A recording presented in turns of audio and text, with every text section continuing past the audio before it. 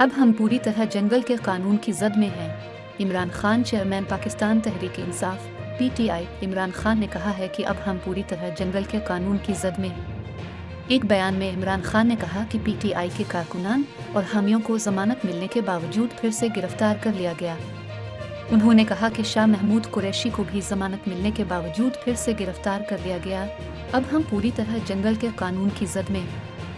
Chairman PTI ने मजीद कहा कि अब जिसकी लाठी उसकी भैंस का उसूल ही असल दस्तूर है। इसला कानूनियत की राह में वाहिद रुकावट हमारी अदलिया है। उनका कहना था कि अदालती अहकामात और आइन को भी निहायत बेरहमी और ढिठाई से रोंदा जा रहा है। पुलिस के जरिए तहरीक इंसाफ को कुचलने का सिलसिला जारी। इमरान खान ने यह भी कहा कि हमारे कायदीन को तहरीक छोड़ने पर मजबूर किया जा रहा है, इंसानी हुकूक का खून सनाम किया जा रहा है, मीडिया का गला गिरविंटा जा चुका है। उन्होंने कहा कि सोशल मीडिया अलिफा पुस्टस को डराने धमकाने का सिलसिला भी जारी है। शदीद गर्म मौसम में गिरफ्तार कारकुन तंग व तारीख कोठरियों में ठूंस दिए गए। चेयरमैन PTI ने कहा कि हमारे कई कारकुनान को दौरान हिरासत बदतरीन तशद्दुद का सामना है।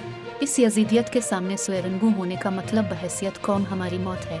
मैं अपने आखिरी दिन तक इस यजीदियत के खिलाफ मुजाहमत करूँगा।